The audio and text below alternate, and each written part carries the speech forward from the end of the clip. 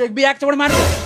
যখনই কোনো শুভ কাজে যাবো তখনই পিছন ডেকে দিবে। তোমার তো রোজই রোজই শুভ কাজে যাও তুমি। হ্যাঁ আমি রোজই শুভ কাজে যাই। হ্যাঁ তুমি চলে যাও, ঘরের কাজ আমি সব করি। গরু ছাগল আছে, গরু ছাগলকেও দেখি, বাবুকেও দেখি, ঘরে রান্না বান্না সবই তো আমাকে করতে হয়। তুমি কি করো? আমি অন্য কাউকে না মানে বলছি আমি কাল থেকে দেখবো সব। আজকে আমি একটা শুভ কাজে যাচ্ছি, কাল থেকে আমি সব দেখবো। তুমি খেয়ে দিয়ে শুয়ে পড়বে আজকে হতো। रुको जरा सबर करो।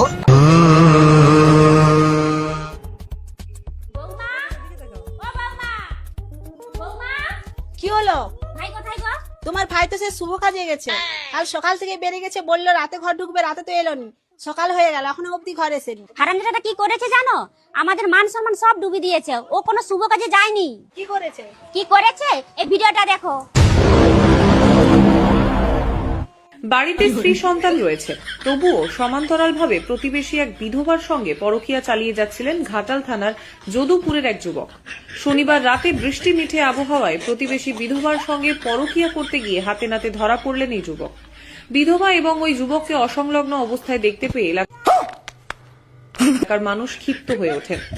অভিযোগ, তাদের ধরে একটি তার খুঁটিতে বেঁধে রেখে গণধোলাই দেওয়া হয়।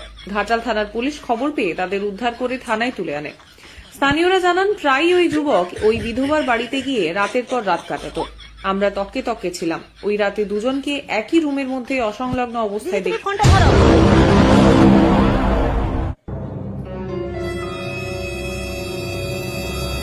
শালা হারামজাদা বলেছে কেটে কুচাবো, ঘরটা ঘর কে